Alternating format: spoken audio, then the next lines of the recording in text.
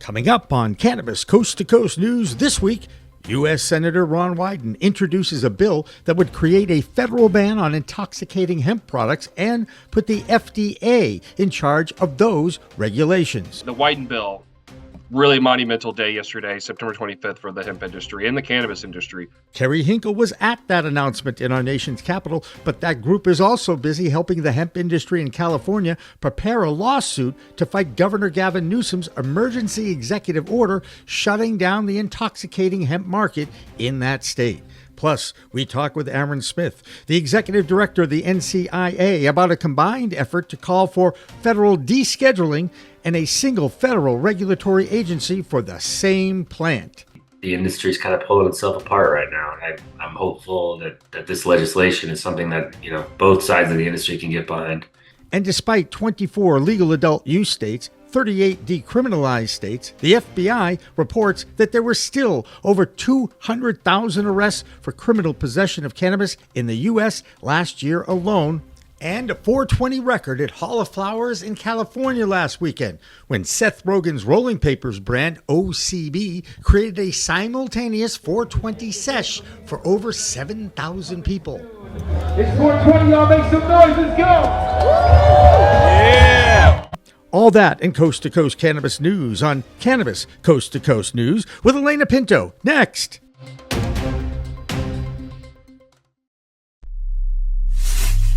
We are Pro Cannabis Media.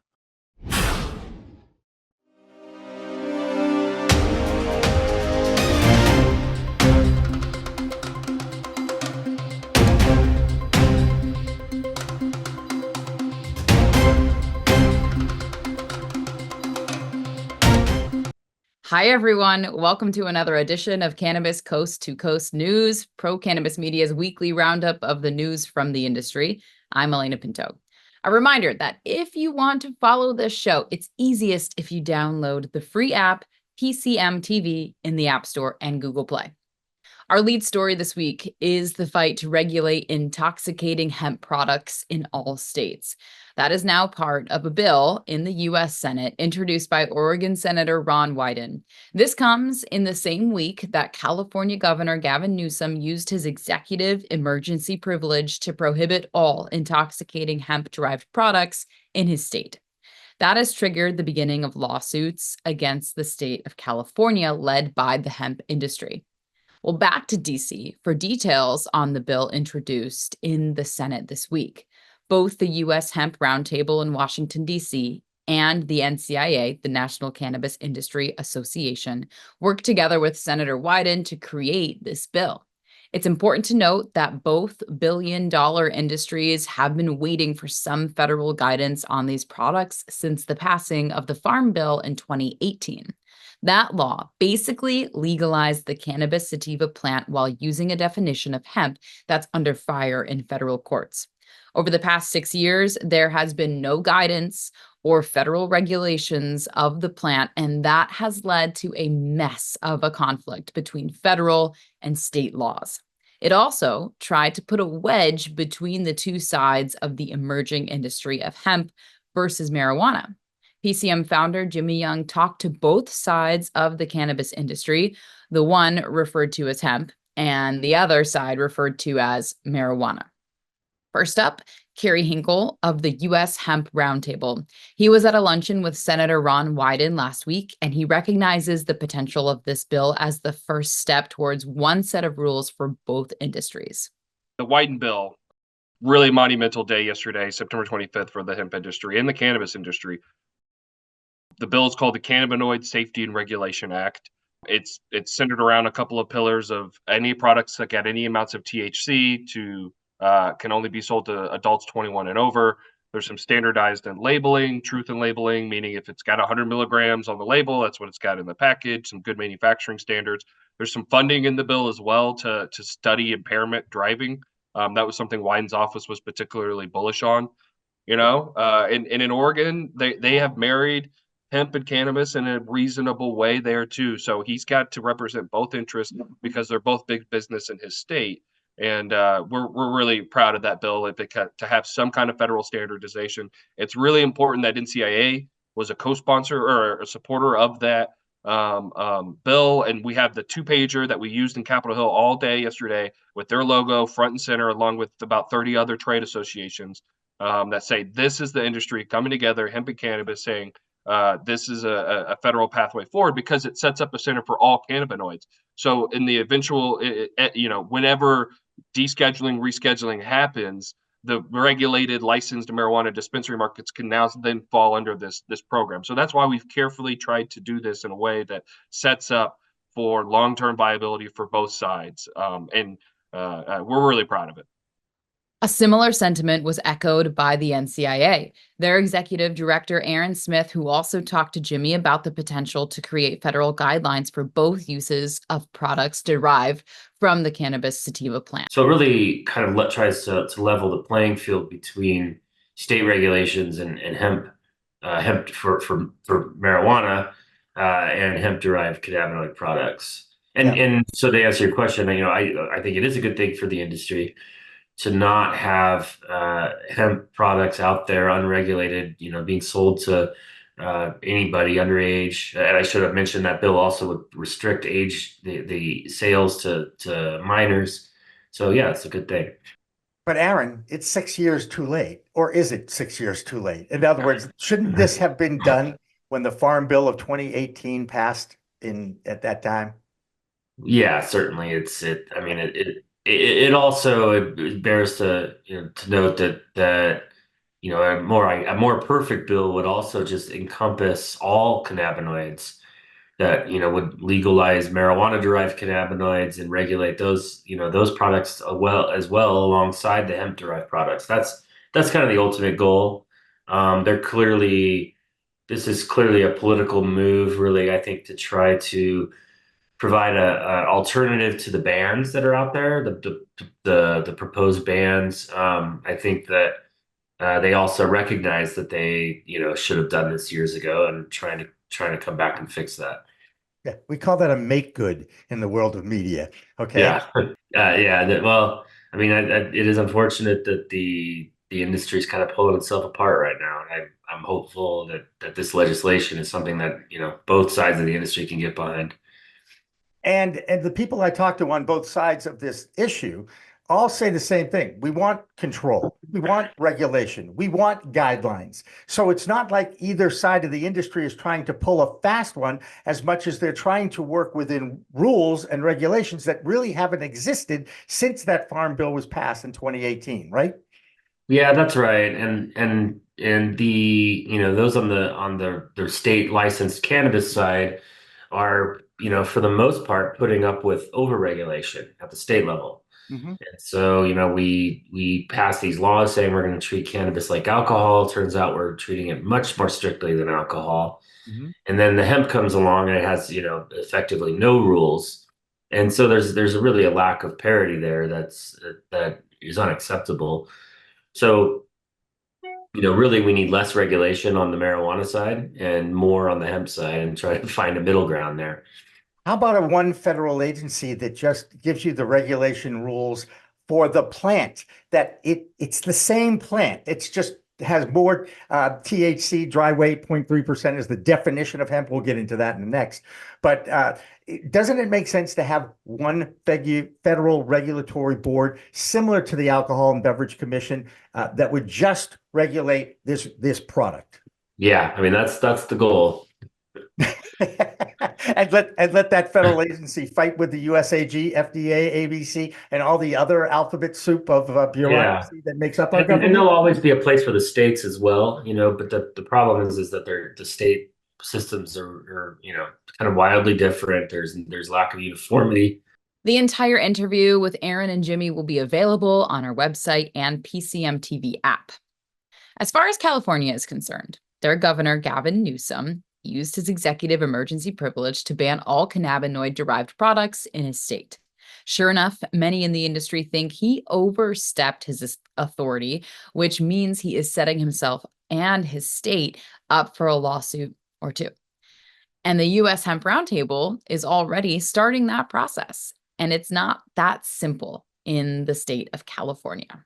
We have been working really hard on a lawsuit now.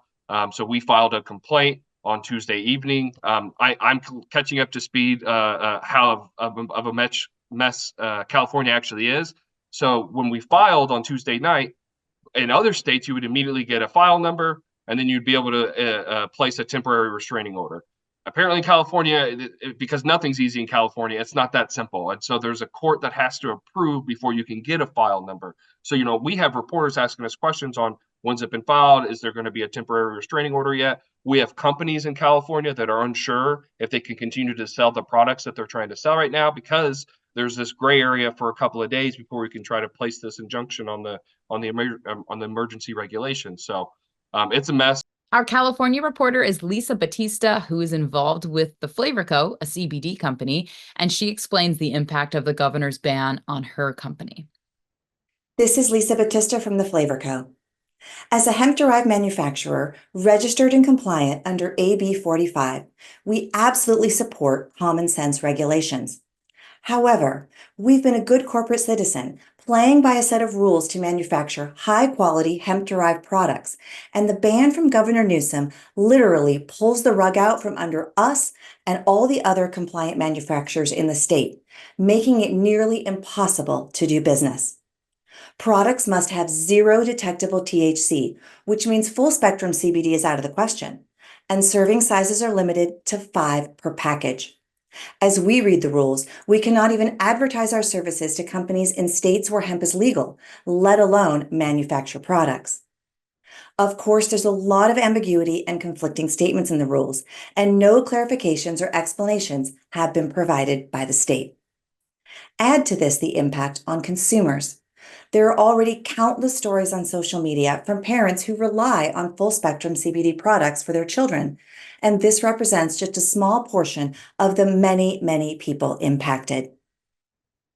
As a company dealing with the heavy-handed approach from Governor Newsom, we've made the decision to exit California, taking all our hemp-derived manufacturing out of state, and we will not be renewing under AB 45. With that in mind, the ban is not only causing losses to small businesses and consumers, but also adding financial losses to a state already having financial difficulties. We can only hope common sense prevails before more companies and more consumers have to make these tough decisions. A few more notes on California. Pesticides in products and inaccurate testing lab results continue to wreak havoc in the nation's #1 cannabis market. The state regulatory board revoked the license from Verity in San Diego this past week, and that lab becomes the 4th lab testing company to lose its license. Now, the LA County Board of Supervisors is asking social media platforms, including Yelp and Google, to deplatform listings of illegal and unlicensed cannabis companies. Well, back here on the East Coast, one state continues to grow. Maryland set a sales record in August. Plus, the FBI reports that law enforcement officers in the U.S. have made over 200,000 arrests in 2023 for low-level cannabis possession violations. Here's Andrew Behringer. I'm Andrew Behringer with the Washington, D.C. report for Cannabis Coast to Coast News. The upcoming 2024 elections are indeed around the corner, but the cannabis rescheduling process seems to have been swept under the rug, even with law enforcement officials making over 200,000 cannabis-related arrests in 2023.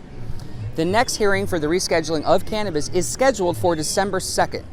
While we wait for the hearing to happen, things seem to still be moving in the background. The DEA has taken a significant step that could pave the way for cannabis reform. In a recent ruling, the agency acknowledged a new 2-part test for determining a substance's medical value, potentially simplifying the process of rescheduling cannabis. This new test, proposed by the Department of Health and Human Services, focuses on 2 key factors: widespread current medical use by licensed healthcare providers and credible scientific support for at least one medical condition. The DEA's acceptance of this new methodology comes as the agency has been deliberating on cannabis rescheduling for months. This development follows the Department of Justice's earlier criticism of the DEA's previous 5-part test as too narrow.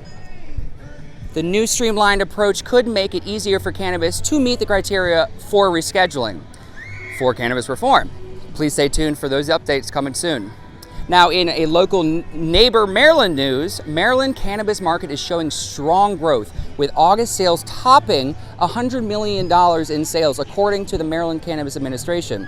This includes $73 million in recreational sales and $27 million in medical cannabis sales. The state is on track to surpass its very impressive first year of sales of $1.1 billion, which began in July of 2023. So far in 2024, dispensaries have sold $755 million worth of cannabis products, with the average flower price being around $9.50. Total sales since the market's launch have now reached $1.3 billion, while monthly sales consistently exceed $90 million a month. The state comptroller reports a 52% increase in tax collections from the first to the second quarter, reaching $22.3 million. Comptroller Brooke Learman highlighted the market's positive impact, stating the cannabis industry continues to create new jobs, investments, and opportunities, particularly marginalized areas affected by economic outcomes. Well, that's the Washington, D.C. report. I'm Andrew Behringer, reporting from the White House and our Capitol. I'll see you next week. Next up, our state reports, and this week we start in Virginia with Joe Parsons. I'm Joe Parsons with the Virginia Cannabis Connection, and this is the Virginia Cannabis Report on Cannabis Coast to Coast News. I would like to wish everyone that helped make last week's events a success a happy Black Cannabis Week. The Diasporic Alliance of Cannabis Opportunities, or DACO, was founded by Sharon Perry Thomas, and for 6 years has held Black Cannabis Week to honor the achievements of Black entrepreneurs and other important people in the cannabis community. Her vision to empower the communities that have been the most adversely affected by the failed war on drugs has grown to a now annual week-long celebration. This year was no different, with 4 major events that featured over 30 speakers, cannabis executives, elected officials, policymakers, and many more. The events included the Policy Breakfast, Blaze the Runway, the Rooted in Justice Film Festival, and the Daily Dose Tour. Virginia's own Marijuana Justice was proud to help kick off the Daily Dose Tour on the 22nd in Richmond, Virginia. The tour then went on to Maryland, New York, Pennsylvania, and ended in New Jersey. The stops on the tour were areas that were some of the worst affected by the Reagan and Bush era's war on drugs. Each stop focused on different topics of conversation and partnerships with awesome equity-based groups such as at THC Justice Now, at Life After Release, and many more. Thanks again to all the people that made this year's Black Cannabis Week a week to remember, and to the awesome women that started it all. Well, that's going to do it for this week from the Virginia Cannabis Connection and reporting from Cannabis Coast to Coast News. I'm Joe Parsons. Until next time, stay lifted. That'll do it for the A block, but we have more state reports coming up in the B block, plus a story of a major fine by the SEC on former Weed Maps executives, including one who was interviewed on Pro Cannabis Media back in 2021 when Chris Beals was the CEO. All that and more coming up after this on Cannabis Coast to Coast News. See you again, Jerry. Thanks for having us. Appreciate it. Ready to take your craft to the next level? Imagine faster extractions, purer products, and more profits. Sounds good, right? At Pure 5 Extraction, we've revolutionized cannabis extraction with our game-changing technology. No solvents, no heat, just the cleanest, most natural process on the market. Whether you're a boutique grower or a large-scale operation, Pure 5 has the tools to elevate your business worldwide. Visit pure5extraction.com today. Pure 5 Extraction, because your plants deserve the best.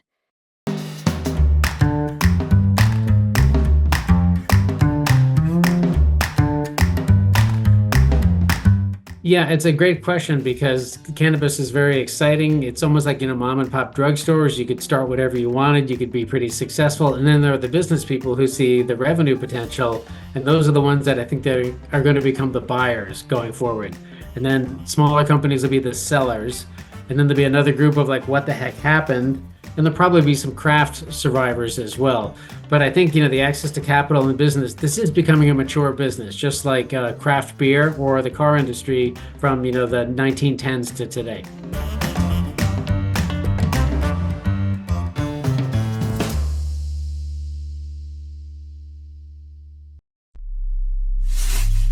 We are Pro Cannabis. Cannabis Media.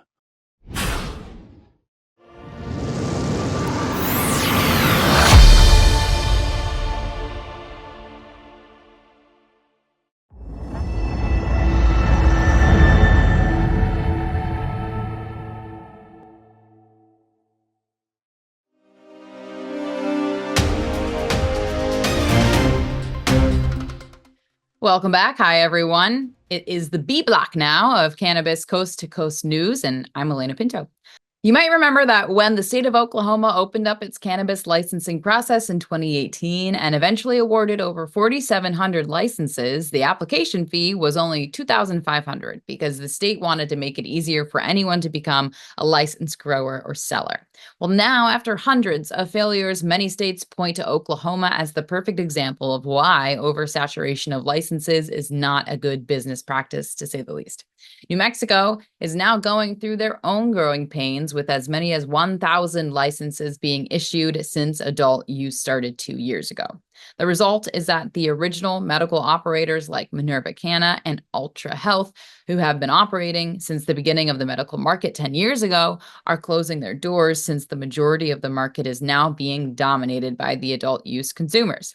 While many of the New Mexico operators point their blame fingers on the regulators, perhaps the biggest reason for failure is based more on the limitations on marketing and educational messages, which have not led to any growth in the total market, and it just killed the medical operations. So, while some states thrive, most suffer as states move from medical only to adult use. Arizona was one of the first states to offer adult use licenses to their existing medical licensees, and that state continues to grow. And now a Scottsdale CBD company is cutting a deal with Walmart. Here is Karen Black with this week's Arizona Cannabis Report. I'm Karen Black from Greenfinger Consulting with the Arizona Cannabis Report for Cannabis Coast to Coast News. First up, CBD Life Sciences in Scottsdale announced a big partnership with Walmart.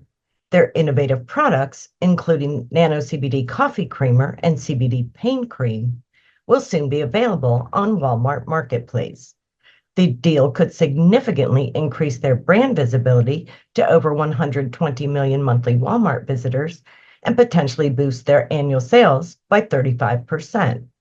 That would be on top of the 1,400% revenue increase the company has achieved since February of this year.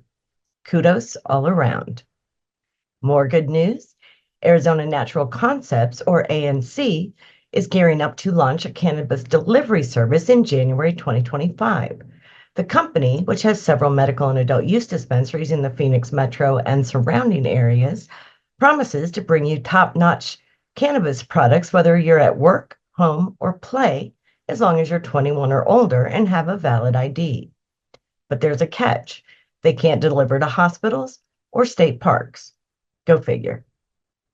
Scottsdale-based Zone Properties just closed on a real estate deal in Surprise, Arizona for about $1.6 million. The site will become a new dispensary for Sunday Goods, its fourth in the Grand Canyon state. The deal is pushing the cannabis real estate powerhouse's rental revenue up to $3 million per year. Lastly, some Arizona cannabis executives gathered for an invitation-only dinner Thursday night in Phoenix. Interestingly, the event was sponsored by two telecommunications companies, perhaps signaling the industry's increasing dependence on technology or its growing acceptance as a real business segment. That's all for the Arizona Report. I'm Karen Black from Greenfinger Consulting reporting for Cannabis Coast to Coast News. Ohio continues to sell an enormous amount of cannabis now that their adult use market is open, but the total sales number is now more than 60 million in just under 2 months. But all is not entirely rosy in the Buckeye State as early market growing pains and town battles continue, as Christina Brisson reports in her Ohio Cannabis Report, now sponsored by Yellow Labs and available in over 40 dispensaries in that state alone. In serene Springfield, Ohio, Ethan battles anxiety and persistent body pain. Seeking relief, he turns to Yellow Labs' Calm THC cream, offering tranquility via delivery technology. Massaging in the cream, Ethan feels waves of peace and serenity easing his anxiety and tension.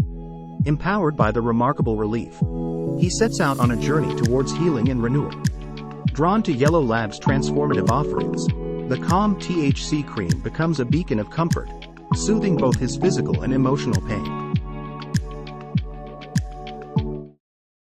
Hi again, everyone. I'm Christina Brisson with Over the Top Renovations with your weekly Ohio Cannabis Report with Cannabis Coast to Coast News. Well, football season is upon us, as I'm sure everyone's aware, and here in Columbus we're very dedicated to our Ohio State Buckeyes. So the Ohio Division of Cannabis Control wants to remind you that a non-medical use in public places is a minor misdemeanor and is prohibited to those under the age of 21. But speaking of those rules, I did want to touch base real quick on how they're not keeping us informed. If you go to the Ohio Division of Cannabis Control website and you go to the non-medical use fact, where you would obviously go to find answers to questions, right? If you go to that page and then you scroll down, there's a whole section for how do I stay up to date? And there's a whole click here button to make it easy and convenient. Well, let me tell you, it does not help you stay informed. When you click that here button, it takes you to the homepage of the Ohio Department of Commerce.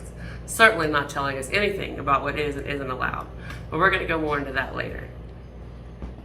Quick update on sales. As of September 14th, we're at 65 million, still going strong. And speaking of sales, we're welcoming a new dispensary to town. Reynoldsburg, who voted 64% to legalize, and who preemptively prepared in 2020 with new zoning laws to allow for non-medical cannabis use businesses, is opening their new location with certified cultivators on Livingston Avenue.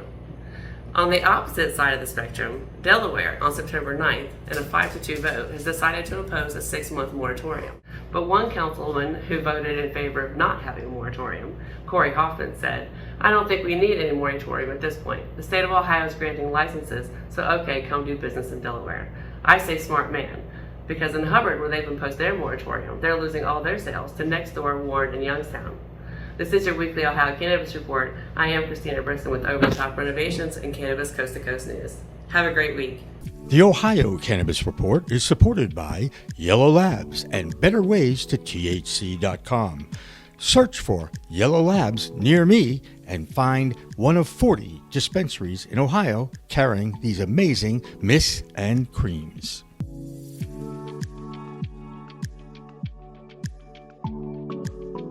Next door to Ohio is Michigan. And while many economic experts predicted that when the Buckeye State opened its doors to adult use sales, Michigan sales would suffer. So what do we think the impact of the first 7 weeks of sales in Ohio have done to Michigan? If you can believe it, sales have gone up. Prices are lower and inventory is higher in Michigan. And not surprisingly, so are the sales. In other states' news, Green State is making transactions easier for many cannabis companies, and now they have extended their services for the growing indigenous communities. Here's Tina Tasaka in Nevada. I'm Tina Tasaka with 420 Technologies, and this is the Nevada and Tribal Nations Report for Cannabis Coast to Coast News. GreenCheck has introduced new banking services to licensed cannabis-related businesses operating on indigenous lands.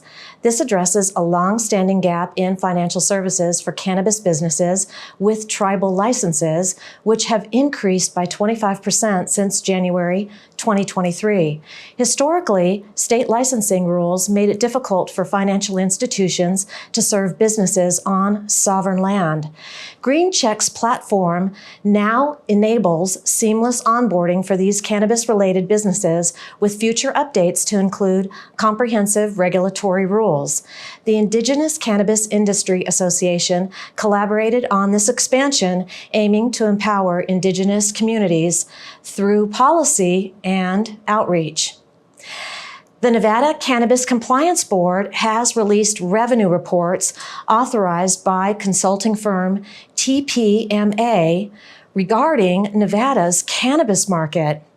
According to greenmarketreport.com, dated September 25th, 2024, To summarize the findings, Nevada's cannabis market has seen a significant decline, with sales dropping from a peak of 95 million in April 2021 to around 68 million as of September 2023.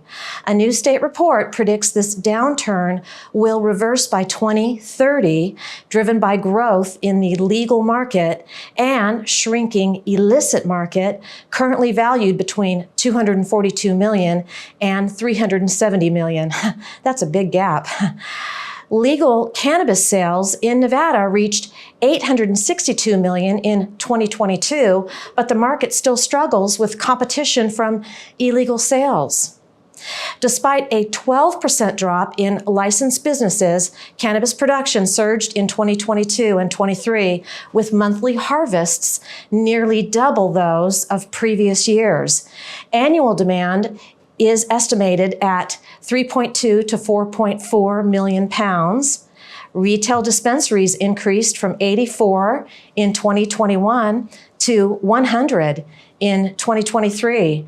And while growth is projected, federal marijuana rescheduling won't immediately create a national market. That's it for the national highlights Nevada highlights and tribal nations. I'm Tina Tasaka with 420 Technologies and Cannabis Coast to Coast News. Hey, welcome to New Jersey's Coast to Coast Cannabis News. I'm Jill Goldsberry with the news in New Jersey.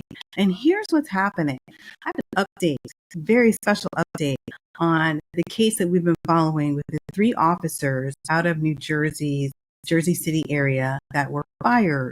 They're called the cannabis cops now because they were fired for lawful cannabis use under the guise of PREMA, where they are allowed to use cannabis responsibly, off duty, obviously, and purchased from a legal dispensary. Veteran owned, even better. So the 3 officers, big news this week, the 3 officers have been reinstated according to the latest news in NJ.com.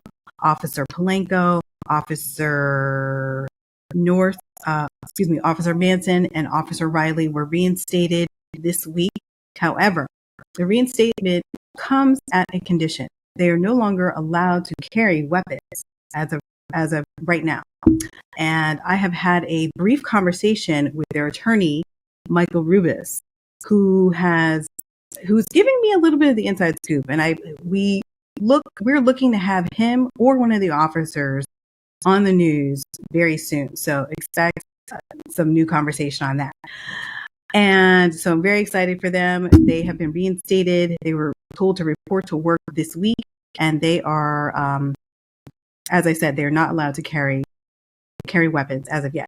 In other news, we have Doobie's new dispensary in West Milford opening this weekend. How do you feel about the cannabis rollout in New Jersey? And what do you think could be different, better?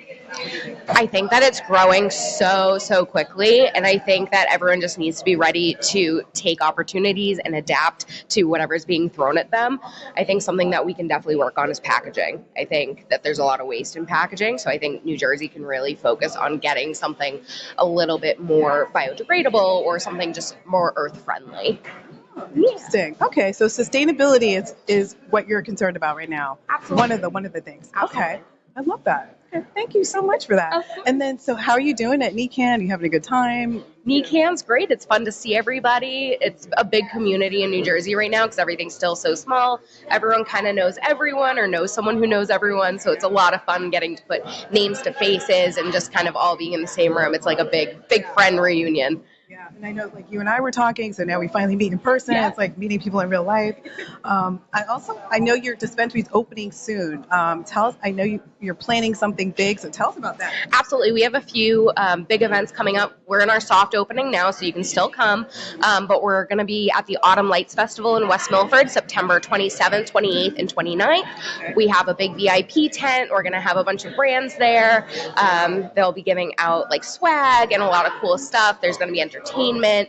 And then the following weekend, October 5th, is going to be Doobie's official big grand opening. So we'll have a bunch of brands there. We'll have entertainment, DJs, food trucks, you name it. It's going to be the party of the year. All right. Yeah, I know there's an amusement park as well that's rumored to be. Yeah, there's going to be a carnival at Autumn Lights Festival, so you'll see all of that. There's going to be like over 75 food trucks and bajillion vendors. It's all going to be just a big old party in September and October in West Milford. All right. So West Milford, people in West Milford, come out end of September, early October. If you're in the area, come through to Doobie's. And lastly, if you're in New Jersey, in the Hudson County area, you probably heard about Al Harrington's Viola Village opening in Hoboken. It was a big to-do. Lots of people came out, and so that is open. Hoboken now has an official dispensary that is celebrity owned. So we'll see how that works out there in Hoboken, New Jersey. I am Jill Goldsberry with New Jersey's Coast to Coast Cannabis News.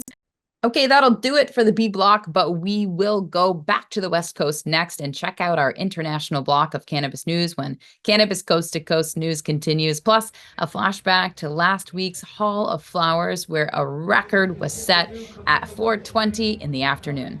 Don't go away. It's 4:20, y'all make some noise, let's go! Yeah! Ready to take your craft to the next level? Imagine faster extractions, purer products, and more profits. Sounds good, right? At Pure 5 Extraction, we've revolutionized cannabis extraction with our game-changing technology. No solvents, no heat, just the cleanest, most natural process on the market. Whether you're a boutique grower or a large-scale operation, Pure 5 has the tools to elevate your business worldwide. Visit pure5extraction.com today. Pure 5 Extraction, because your plants deserve the best.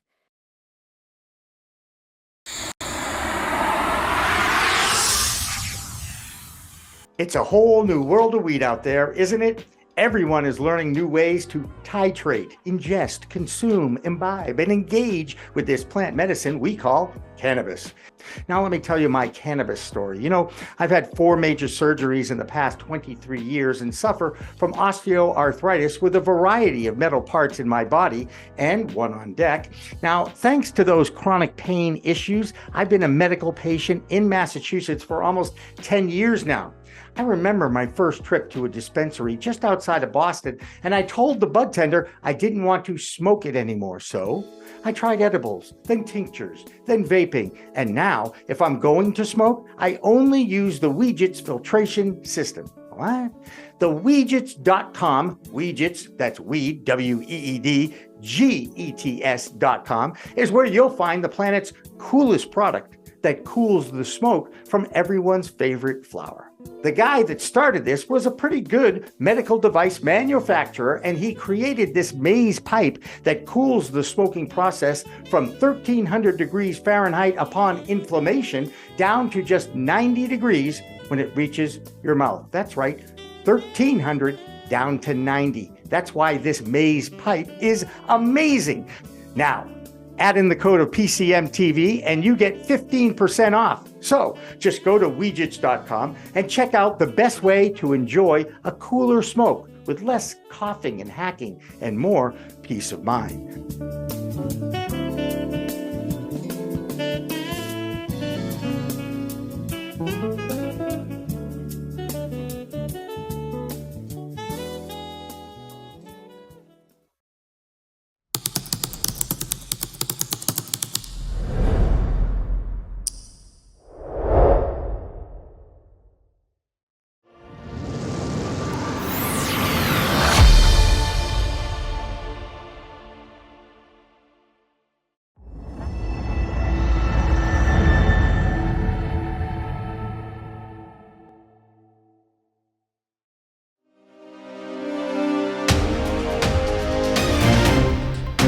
Welcome back to the C block, or final section of Cannabis Coast to Coast News. I'm Alaina Pinto. A reminder that the best way to follow our weekly reports is to download our PCMTV app from the App Store or Google Play. And you can sign up for our bi-weekly newsletter on our website, procannabismedia.com. First up, A trip to the left coast as we check in on Matthew Friedlander in Washington State and Marianne Cursetjee in Oregon. I'm Marianne from Alibi with the Oregon Cannabis Report for Cannabis Coast to Coast News. The news out of Oregon this week is of another large entity going into receivership. Last year, publicly traded Chalice entered receivership. Their assets were sold and are now operating again. Now, Tumalo Industries, which operates 5 dispensaries, 2 cultivation facilities, and an extraction center with a number of brands, including the renowned Dr. Jolly's, has entered receivership. The public news is that operations are continuing and debts will be honored. I hope that they're able to turn things around and both investors and vendors are made whole. That's the Oregon Cannabis Report. I'm Marianne with Alibi for Coast to Coast News. Hi, I'm Matthew Friedlander, coming to you from the owner's office here at Skagit Organics with the Washington State Cannabis Report for Coast to Coast Cannabis. Today I'm going to touch on the Blake Refund Bureau and give you a quick recap of the ADAI symposium that happened last week. So the Blake Refund Bureau came out of the Blake decision, which is a Washington State Supreme Court decision from 2021 that deemed the laws here in Washington that criminalized drugs to be unconstitutional.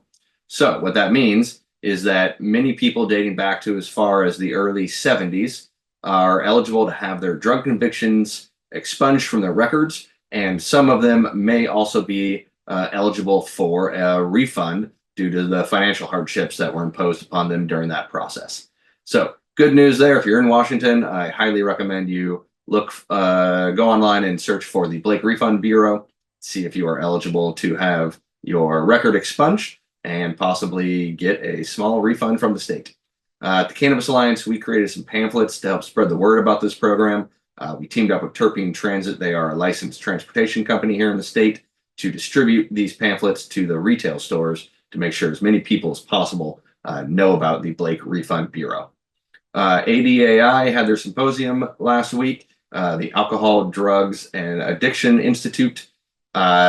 As expected, the narrative here continues to be about high-potency cannabis and psychosis.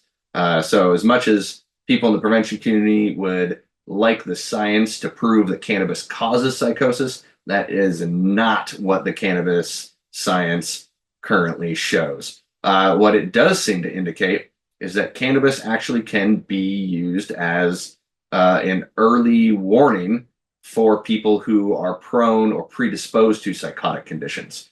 The science seems to indicate that if one of your early cannabis experiences did not go so well and you had something that could be considered a psychotic episode, there is evidence that you may later in life be predisposed to developing these types of conditions. So kind of an interesting twist there. Cannabis is not a cause of these problems, but actually can be something to help people get an early handle on dealing with these issues. The only other thing I want to talk about is the Cannabis Alliance will be having a virtual town hall about the intersection of cannabis and hemp. And we will be discussing how these two industries could and should be integrated into one. So that's what I've got for you out of Washington State for Coast to Coast Cannabis. Don't forget to like, share, and subscribe. Next up is Colorado, where OSHA is offering free safety inspection services for cannabis companies with under 250 employees. Plus, Xavier Gillet analyzes the proposed Wyden bill on regulating intoxicating hemp products. This is Xavier Gillet with the Colorado segment for Cannabis Coast to Coast News. For those that don't know me, I am the Colorado director of the Cannabis Chamber of Commerce, and I'm also a non-attorney professional at the McDonald Hopkins law firm.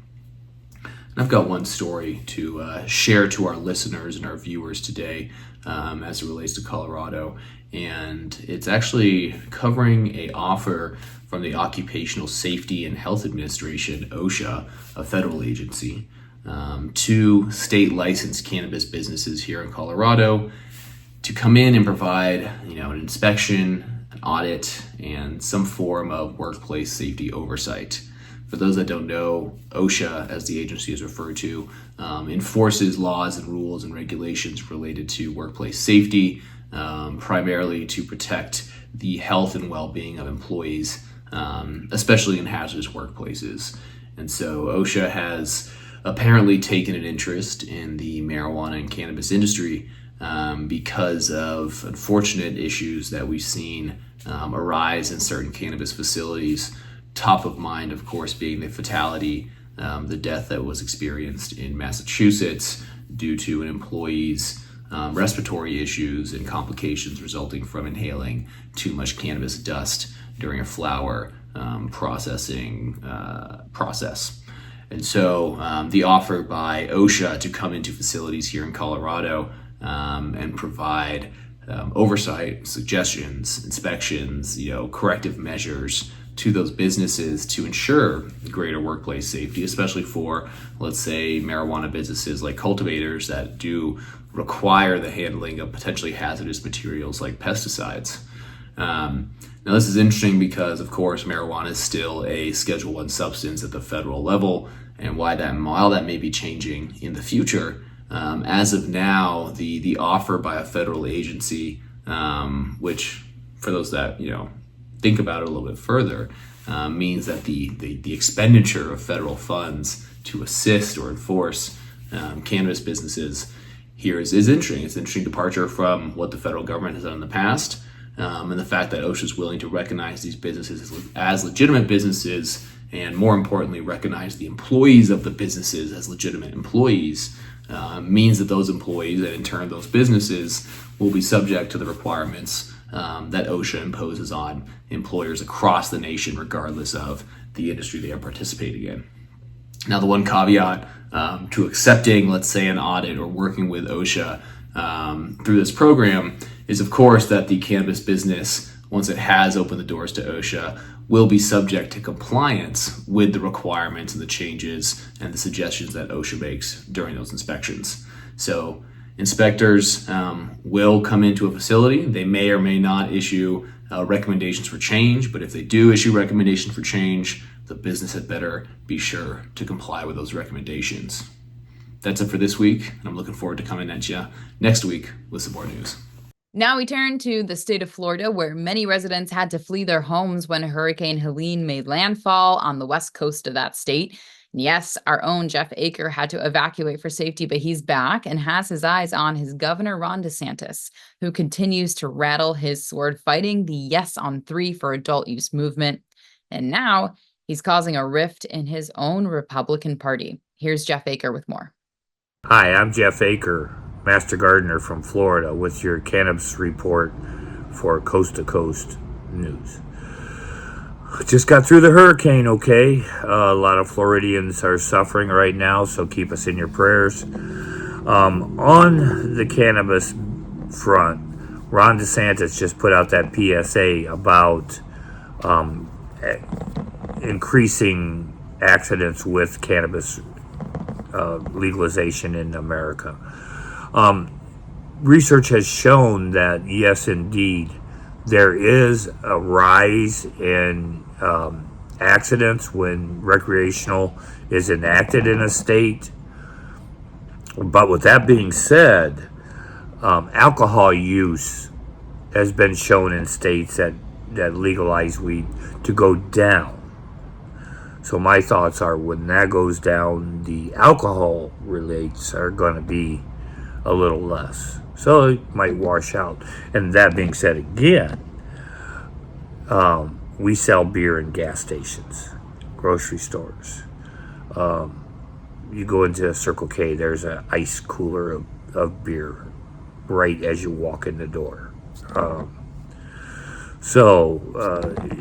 It seems kind of silly that he's worried about a 12. I think its average is about 6 to 12%. There's a lot of money being thrown at this. That PSA came out of our account. There's been like $90 million for the legalization, a large part of that given to by the hemp and some big donors. There's been $105 million on the plus, so a ton, record money going towards this legalization. This week we've had some people come out and support 3, what Donald Trump did. Ricky Williams, the running back for Miami Dolphins, did. Calvin Johnson, the wide receiver for the Detroit Lions, lives in Florida. He's going to support it. It's being heavily supported and funded. Is it a perfect bill? No. You know, it's a line item bill. I had somebody in the comments last week say he's not going to vote for it because it doesn't have a home grow. Well, it's so hard to get it to this point where we can vote on it. It costs so much money, as you can see, to get it on the vote, that we can change it after. It's easy to change it after. We can work on it after. They can build it after we say yes. They can build a system. And we'll see how they build the system. So, but the first step is getting it approved. On my way to work, I'm seeing several say yes on 3 signs. True Leaf is giving those signs out. Let's get the word out. Tell your friends, neighbors. Let's say yes on 3 and get this behind us. It's really, honestly, it's hurting Ron DeSantis's public rating, his negative stance. I want to see 70%, 75% say yes. So we'll see what happens. I'm going to keep pushing it. I'm going to keep covering the news for you. Keep tuned. Come back. Leave a comment if you want. There's something you want me to address. Something you know, something I need to know, or something that I'm not covering. I'm Jeff from Florida. Survived the hurricane. I'm still here. The publicly traded stocks in the cannabis space have to be very careful with their reports since they are on doubly difficult regulations from the states they are based in and the SEC that monitors all public companies. One of the biggest companies in the publicly traded space is Weedmaps. That company is still a strong number 2 website for traffic, especially when people search for weed near me. There has been a few instances where Weedmaps has taken heat and fines for posting locations of illegal and unlicensed locations that are selling cannabis. This time, though, the SEC made their fines personal for some former executives of that company, as our man who is high on Wall Street, Doug Miller, reports. I'm Doug Miller from High on Wall Street with this week's Cannabis Stock Report for Cannabis Coast to Coast. Weedmaps has agreed to pay the U.S. Securities and Exchange Commission $1.5 million to settle a cease and desist order from the agency that alleged several security violations, particularly that the company misled investors on how many monthly users were actually using its website in 2021 and 2022. According to an order from the SEC, the cannabis advertising giant issued untrue and misleading monthly active user MAU metrics during quarterly reports and earnings calls between when it went public in June 21st and late 2022. The SEC charged that Weedmaps executives padded the user stats to bolster its apparent performance to investors. The company's former CEO, Chris Beals, and former CFO, Arden Lee, both misled securities regulators and investors on strength of its MAU numbers. Weedmaps has struggled financially since its public debut.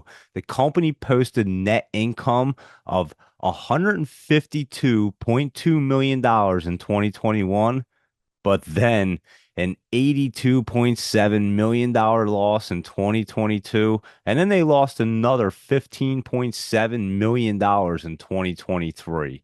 Let's see how the stock chart looks. It's trading around 90 cents and it's pulling back at the moment. So watch for it to hit that bottom and set back up again, and it will run. And that's this week's Cannabis Stock Report. Reporting for Cannabis Coast to Coast, I'm Doug Miller. This is Debbie Facey with the Canadian Coast to Coast Cannabis News Report. What we have in Canada this week is, I would say, our larger story is the inspections that they did over the official year of 2023 to 2024, and that had risen from their prior years. They did a total of 662 stores. Within those stores, they did an overall of Ontario, British Columbia, and British Columbia and Ontario. So we had 74 stores in British Columbia, and we had 63 stores in Ontario. 29 stores, though, were revoked from their registration, as well as 243 adapted penalties. Their penalties were due to a lot of their compliances, a lot of their promotional, a lot of their maintenance, and a lot of their monitoring of their actual facilities. And this is something that needs to be, I want to say, diligent. It's important to make sure that not only is your facility up to par, but it is up to code every year, because you don't want to be having any sort of penalty, and you also don't want to be losing your license. So for Canada this week, I found this was the most important story, especially to implement the importance of having your facility clean, up to par, and up to code. This is Debbie Facey with your Canadian Coast to Coast Cannabis Report. Peace. And finally tonight, a flashback to the Hall of Flowers trade show and celebration in Santa Cruz last weekend. Seth Rogen's rolling paper brand OCB was involved with the promotion of a simultaneous celebration of 420 in the afternoon, when an estimated 7,000 attendees fired up all at once. PCMTV's Eric Williamson was there for his group meetup and shared video of that moment. It's 420, y'all make some noise, let's go! Yeah! We smoking with the legend Khalifa, let's go! Of course, now that the unofficial record is established, you have to wonder when some other savvy marketer or trade show or concert venue will try to break that record. But for now, OCB's rolling papers that Seth Rogen is involved with holds that record and established the mark. One more reminder. You can take a shot of the QR code on the screen that will take you to the App Store or Google Play, so you can download the PCMTV app and get direct on-demand access to this news show and another 50 programs produced by Pro Cannabis Media over the past few years.